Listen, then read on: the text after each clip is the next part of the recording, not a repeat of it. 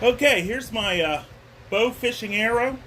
I've got a noose, like a hangman's noose, to hold on to the arrow, and I've got a uni knot here. I'm going to glue these with waterproof glue, and what happens is when this penetrates the fish, these dull barbs will catch, the arrow will pull out, and the arrow will float, and the fish will be stuck on this, and I'll be able to find the fish. And I'm only fishing in a 2 foot deep creek. There'll be drums and stuff like that, drum fish, sucker fish, any other kind of rough fish.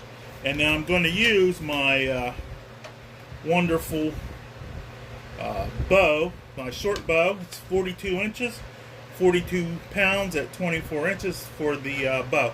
I'm looking forward to uploading some videos of it very soon.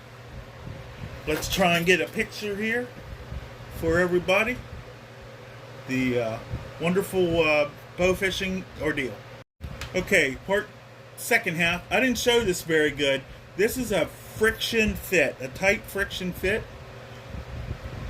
and it pops out like that. I'm hoping it'll stay tight enough for at least one fish. It gets wet, it might get a little loose, but all it has to do is stick. And I'm only shooting, 5 or 6 feet, whatever I can see into the water. So I think it'll stick pretty good. The bow fishing arrow, like I said before, this pops out, it goes through the fish, this pops out, the arrow floats, I find the fish. I can shoot any kind of rough fish in West Virginia, which includes freshwater drum, all the sucker species like red horse, hog nose, like that. So buffalo, if I see buffalo fish, that's probably the main thing I would like to shoot. But that's what we got.